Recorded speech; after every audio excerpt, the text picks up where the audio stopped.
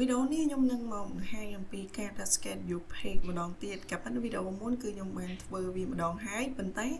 cái lại Facebook cơ mình ca update class hình chứng dương mà trên video thâm mây được ngọc nghe để xa tạo vòng ô mai chấm nuôn con xuôi nhung đài thà mịch bản cột phọt man cô đã toàn vô dớt video ní nhung sự thầm thà bông ô đọc nghe được ai vô ban tràn chừng muốn dớt ai bằng mơ video update để nhung chạy pi lủng ớt chạy toàn là ca đã scan dục một đòn tiệt hồi vô bàn canh phải tràn tiền chẳng hết trong ban chùm nè đăng mấy complete join channel the DTT team the DTT team គឺជា channel ដែលចែករំលែកតាក់ទងនឹងបច្ចេកវិទ្យានិងគន្លឹះថ្មីតាក់ទងនឹងបច្ចេកវិទ្យាអញ្ចឹងកុំឲ្យខាតពេលយូរគឺយើងទៅទស្សនាពីការដាក់ schedule ទៅលើ page អូខេអញ្ចឹងយើងចូលទៅកាន់ជ្រោមឬក៏ចូលទៅកាន់ page ដែលយើងចង់ដាក់ schedule ទាំងអស់គ្នាអញ្ចឹងពេលដែលយើងចូលមកកាន់ page ដែលយើងចង់ដាក់ schedule ហើយគឺបងប្អូនអាចចូលទៅកន្លែងនេះគឺ what's on your mind ហ្នឹងមកបន្តមកទៀតគឺយើងកន្លែងមកមើលកន្លែងនេះគឺ schedule your post from Meta Business Suite អញ្ចឹងបងប្អូនចុចទៅលើវាទៅចូលកន្លែងពាក្យហ្នឹងហើយវានឹង load មកផ្ទាំងមួយទៀតទាក់ទងនឹងកន្លែង Business Suite ហ្នឹងអញ្ចឹងណាអញ្ចឹងបើសិនជានៅក្នុងទូរស័ព្ទគឺវាអត់មានអីខុសទេបើសិនជាបងប្អូនមាន app ទាក់ទងនឹង Business Suite អាចចូលទៅកាន់ app Business Suite ទៅហើយអាចផុសបានដូចគ្នាតែថ្ងៃនេះគឺខ្ញុំមកបង្ហាញនៅលើកុំព្យូទ័រអញ្ចឹងណាព្រោះនៅលើកុំព្យូទ័រវាងាយស្រួលជាងនៅលើទូរស័ព្ទអូខេអញ្ចឹងបន្តមកទៀតគឺបងប្អូនអាចកន្លែងមកមើលកន្លែងពាក្យថា Create Post អញ្ចឹងចុចទៅលើពាក្យថា Create Post មកគឺវានឹងចេញមកដល់ផ្ទាំងបែបនេះហើយ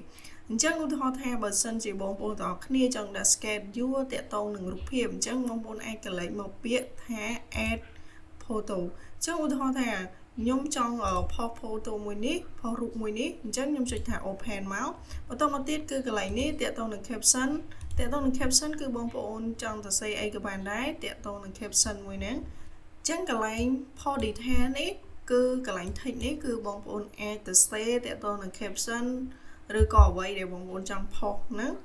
អាចសរសេរជាអក្សរនៅកន្លែងនេះបានអញ្ចឹងណាចឹងឧទាហរណ៍ថាខ្ញុំទៅរកកន្លែង caption មួយសិនតែខ្ញុំចេះតែដាក់ទេដោយសារតែនេះគឺជាការឧទាហរណ៍អញ្ចឹងណាអញ្ចឹងបងប្អូនចង់ដាក់បែបណាគឺបងប្អូនអាចដាក់ដោយខ្លួនឯងបានអញ្ចឹងណាឧទាហរណ៍ថាខ្ញុំ copy នេះ caption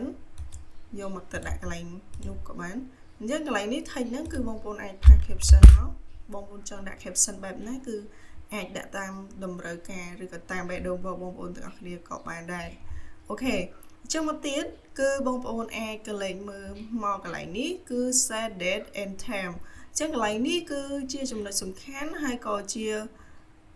កន្លែងដែលយើងត្រូវតែបើកវាក្នុងការដាក់ schedule ណាអញ្ចឹងកន្លែងនេះគឺយើងបើកមកចុចបើកវាមកបន្តមកទៀតគឺយើងអាច set អញ្ចឹងថ្ងៃនេះគឺជាថ្ងៃទី7អញ្ចឹងថ្ងៃទី7ឧទាហរណ៍ថាបើសិនជាបងប្អូនទាំងគ្នាចង់ដាក់ post ហ្នឹងនៅថ្ងៃស្អែកអញ្ចឹងបងប្អូនអាច select នៅថ្ងៃទី8អូខេហើយកន្លែងនេះគឺតាក់ទងនឹងម៉ោងឧទាហរណ៍ថាឥឡូវម៉ោង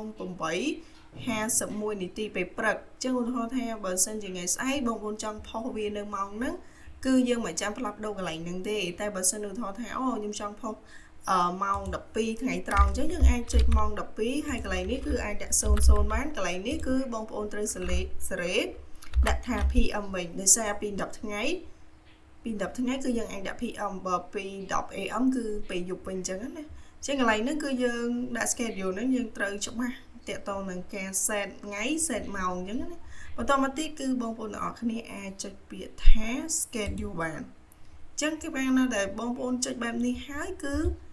ការដាក់ schedule របស់បងប្អូនគឺទទួលបានជោគជ័យហើយអញ្ចឹងកន្លែងនេះគេសួរយើងថាចង់ boost ផលអត់អញ្ចឹងបើសិនជា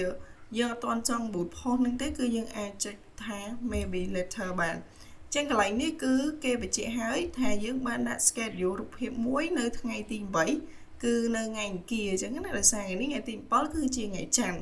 អញ្ចឹងឧទាហរណ៍ខ្ញុំចង់ដាក់ schedule ទាក់ទងនឹងវីដេអូវិញតែខ្ញុំគួរធ្វើបែបណាអញ្ចឹងចូលមកកន្លែងថា create post នឹង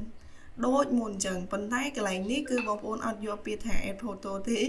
គឺបងប្អូនអាចយកពាក្យថា add video វិញចឹងកន្លែងនេះគឺយើងចុចពី add video ហើយគេសួរយើងថា upload from desktop ចឹងយើងចុចទៅលើនឹងហើយបន្តមកទៀតគឺយើងទៅរក video របស់យើងឧទាហរណ៍ថាខ្ញុំចង់ផុស video ដែល intro នេះមួយចឹងឬក៏ចង់ផុស video មួយនេះ website English ហ្នឹងចឹងយើងចុច open មក ចឹងពេលដែលយើងចុច open គឺ បងប្អូនណា វានឹង preview វីដេអូនឹងឲ្យយើងអញ្ចឹងកន្លែងនេះគឺយើងអាចទៅ say description បានអញ្ចឹងកន្លែងតាក់ទងនឹង description គឺយើងអាចទៅ say ពាក្យបានច្រើនប៉ុន្តែតាក់ទងនឹងកន្លែង add title to your video ហ្នឹងគឺយើងអាចទៅ say បានខ្លីមែនទេគឺយើងទៅ say បែបណាក៏ដោយឲ្យតែវាខ្លីហើយខ្លឹមមកកន្លែងហ្នឹងណាអញ្ចឹងកន្លែង description គឺយើងអាចទៅ say វែងតាក់ទងនឹងទៅ say វែងក៏បានទៅ say ខ្លីក៏បានអញ្ចឹងណាចឹងយើង control V មកអានេះជាការឧទាហរណ៍ទេខ្ញុំចេះតែដាក់ទេចឹងបងប្អូនចង់ដាក់បែបណាគឺទៅតាមបេះដូងឬក៏អារម្មណ៍បងប្អូនចង់ដាក់ហ្នឹងហើយចឹងបន្តមកទៀតគឺបងប្អូនអាចកលេសមកពាក្យថា next អញ្ចឹងកន្លែងនេះបើសិនជាបងប្អូនចង់ add តាក់ទងនឹង audio តាក់ទងនឹងសំឡេងអីបន្ថែមបទចម្រៀងអីបន្ថែមគឺអាចមក add កន្លែងនេះបានយើងចង់ថែម text អីមួយទៅលើវីដេអូយើងរួមកន្លែងនេះគឺតាក់ទងនឹងការ edit វីដេអូរបស់យើងតែម្ដងអញ្ចឹងណាអញ្ចឹងបងប្អូនអាចចុច search កន្លែងនេះដោយខ្លួនឯងតែដោយសារខ្ញុំគឺវីដេអូរបស់ខ្ញុំគឺខ្ញុំកាត់តហើយឬអស់ហើយអញ្ចឹងខ្ញុំអត់ចាំបាច់កែនៅវីដេអូទេអញ្ចឹងខ្ញុំចុចពាក្យថា next បន្ទាប់ទៀតអញ្ចឹងកន្លែងនេះគឺជាកន្លែងមួយដែលចំណុចសំខាន់ដែលខ្ញុំចង់មកប្រាប់គឺកន្លែង share now ហ្នឹងបើសិនជាបងប្អូន select នៅកន្លែង share now ហើយចុចថាពាក្យថា share មានន័យថាវាផុសឥឡូវហ្នឹងគឺវា public ឥឡូវហ្នឹងមិនមែនជាការដាក់ schedule ទេចឹងបើសិនជាបងប្អូនចង់ដាក់ schedule គឺបងប្អូនចុចវានៅ select មកកន្លែង schedule ទី2នេះវិញហើយកន្លែងនេះគឺវាអត់ខុសពីកន្លែងដែលដាក់តាក់ទងនឹង photo ទេអញ្ចឹងយើងអាច set ថ្ងៃឬក៏ set ម៉ោងបានអញ្ចឹងណាឧទាហរណ៍ថាខ្ញុំចង់ដាក់ថ្ងៃទី8ខ្ញុំ set នៅថ្ងៃទី8ទៅហើយបើសិនជាខ្ញុំចង់ដាក់ថ្ងៃទី7ប៉ុន្តែខ្ញុំចង់ដាក់នៅម៉ោង1ម៉ោង2អញ្ចឹងកន្លែងនេះគឺខ្ញុំអាច set តាក់ទងនឹងទៅម៉ោង2ពេលថ្ងៃឬក៏ពេលយប់អីចឹងទៅតាមអ្វីដែលយើងចង់ដាក់ឬក៏អ្វីដែលយើងចង់ផុសនៅម៉ោងហ្នឹងអញ្ចឹងណាអញ្ចឹងកន្លែងហ្នឹងគឺយើង set ឲ្យហើយមកបន្តមកទៀតយើងមិនកន្លែងមើលអីទាំងអស់ហើយបន្តមកទៀតគឺយើងចុចពាក្យថា schedule ទៅគឺវានឹង load ទៅដល់ផ្ទាំងដែលយើងអាចដាក់ schedule បងប្អូនណាខ្លះដែលមានចំណាប់អារម្មណ៍ចង់រៀបទៅអញ្ចឹងវាមកដល់កន្លែងដែលបង្ហាញយើងតាក់ទងនឹងការដាក់ schedule ហើយអញ្ចឹងណាអូខេអញ្ចឹងបើកន្លែងណាដែលយើងចង់ឆែកវាតាក់ទងនឹងការដាក់ schedule ថាតើយើងដាក់ schedule ហ្នឹងមុនហ្នឹងគឺដាក់ schedule បានជោគជ័យអត់យើងអាចចុចមកកន្លែងនេះមើលក៏បានដែរនេះមិញហ្នឹងគឺខ្ញុំបានដាក់ schedule វីដេអូនៅថ្ងៃទី7មួយ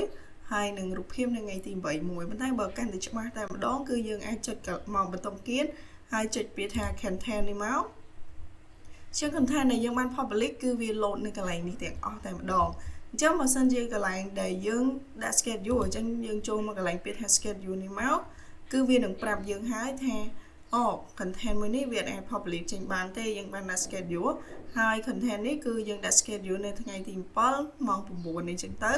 ហើយ content មួយនេះគឺជា content រូបភាពដែលខ្ញុំដាក់ schedule នៅថ្ងៃទី8ម៉ោង12អញ្ចឹងទៅជាវីដេអូនេះខ្ញុំមានការបង្ហាញទៅទៅនឹងការដាក់ schedule តែប៉ុណ្្នឹងទេហើយបើមានចម្ងល់អីទាក់ទងនឹងការដាក់ schedule នេះអាច comment នៅលើវីដេអូខ្ញុំក៏បានឬក៏អាច chat មក direct ខ្ញុំក៏បានដែរខ្ញុំរីករាយនឹង support បងប្អូនទាំងអស់គ្នាអរគុណច្រើនជួបគ្នានៅវីដេអូក្រោយទៀត